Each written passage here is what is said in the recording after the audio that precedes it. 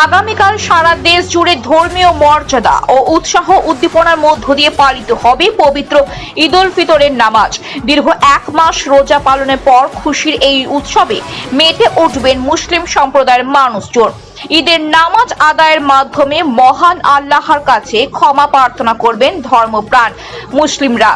সেই সঙ্গে দুনিয়া থেকে বিদায় নেওয়া আত্মীয় স্বজন ও প্রিয়জনদের মাগফিরাত কামনায় বিশেষ দোয়া করা হবে। ইতিমধ্যে গঙ্গাসাগর এলাকায় বিভিন্ন মসজিদে জোর কদমে চলছে প্রস্তুতি।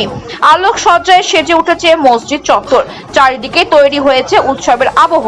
ঈদকে ঘিরে আনন্দ আর ভ্রাতৃত্বের বার্তা ছড়িয়ে পড়েছে সর্বত্র।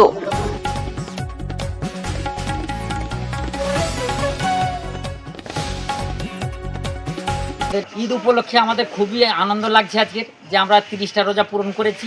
কাল আমাদের ঈদ হবে এবং সেই ঈদের শেষ রাত্রেও আজকের আমাদের রান্না চলছে, পুরো মহল্লাবাসী খাবে এখানে।